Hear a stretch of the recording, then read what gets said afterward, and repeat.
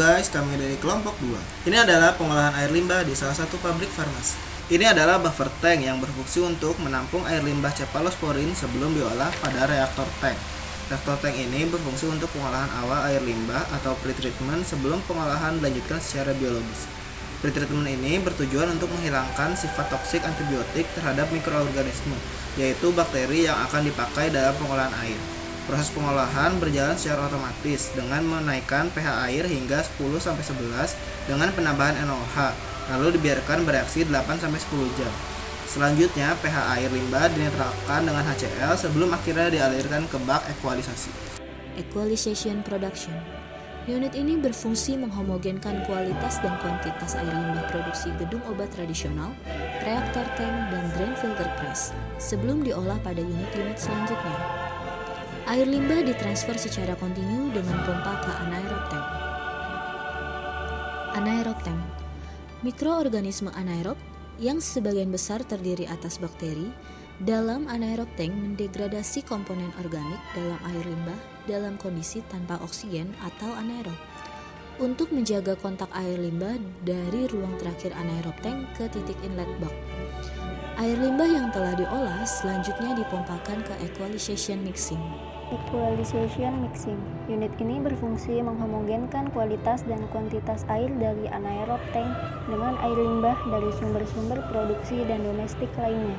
Pencampuran air limbah dalam bak dilakukan dengan udara dari blower yang disebarkan secara merata dari dasar bak melewati diffuser.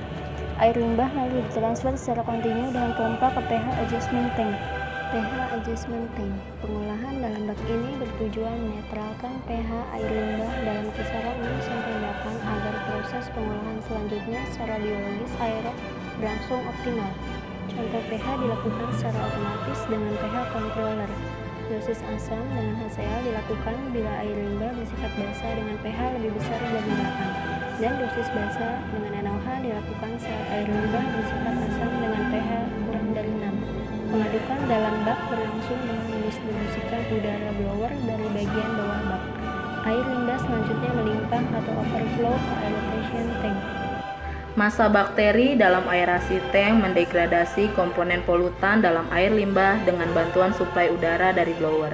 Udara berfungsi menyuplai kebutuhan oksigen untuk respirasi bakteri serta arah alirannya yang ke atas menjaga lumpur aktif tetap tersuspensi atau melayang-layang sehingga kontak dengan air limbah.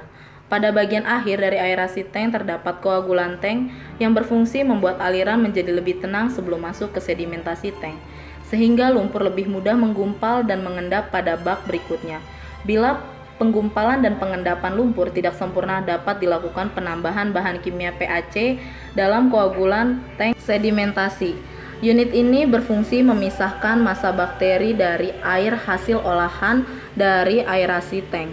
Massa bakteri dalam bentuk lumpur memiliki berat jenis lebih besar dari air sehingga akan mengendap dan terkumpul pada dasar sedimentasi tank.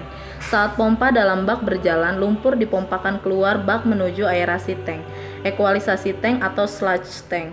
Pada kondisi normal, lumpur dikembalikan ke aerasi tank untuk menjaga jumlah bakteri untuk pengolahan relatif konstan. Namun, bila jumlah bakteri pengolahan sudah berlebih, lumpur dibuang ke sludge tank. Air jernih hasil pemisahan lumpur selanjutnya overflow ke supply tank. Hasil koagulasi yang terbentuk tidak semuanya turun dan mengendap ke bawah. Ada beberapa endapan yang mengapung. Biasanya endapan ini di skimming. Tetapi pada pengolahan ini, endapan tersebut disedot dengan pompa menuju kembali ke bak aerasi. Sludge tank menampung lumpur berlebih yang terbentuk dari proses pengolahan air limbah secara biologis. Lumpur ini selanjutnya dikeringkan pada alat filter press sebelum dibuang keluar melalui pengelolaan limbah padat. Transfer lumpur dari sludge tank ke sludge feeder tank atau sebagai umpan filter press dilakukan dengan pompa submersible yang terdapat dalam sludge tank. Spray tank, tempat penampungan air yang digunakan untuk menghilangkan busa di bak equalisasi tank. Klorinasi tank, tempat terjadinya pencampuran klorin untuk menghilangkan bau dan warna, serta bakteri dari proses aerob. Filter feed tank, untuk desinfeksi air hasil olahan agar bereaksi dengan sisa mikroorganisme air. Sand filter yang berisi media pasir berfungsi menyaring sisa padatan tersuspensi yang tidak mengendap pada sedimentasi tank. Sedangkan carbon filter yang berisi media karbon aktif selain berfungsi menyaring sisa padatan tersuspensi juga dapat mereduksi sisa hipoklorit dari proses klorinasi. Pada pengoperasian normal, air dari filter pit tank dipompakan melewati sand filter dan kemudian carbon filter sebelum air hasil filtrasi atau filtrate ditampung di effluent tank.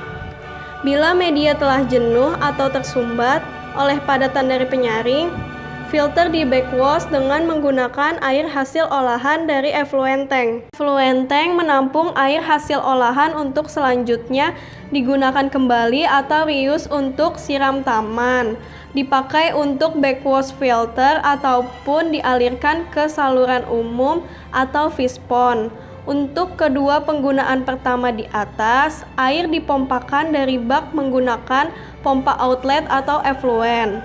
Air untuk keperluan siram taman ditampung sementara di tangki 2000 liter yang terdapat pada lantai 2, sebelum dipompakan ke jaringan distribusi air taman memakai pompa booster.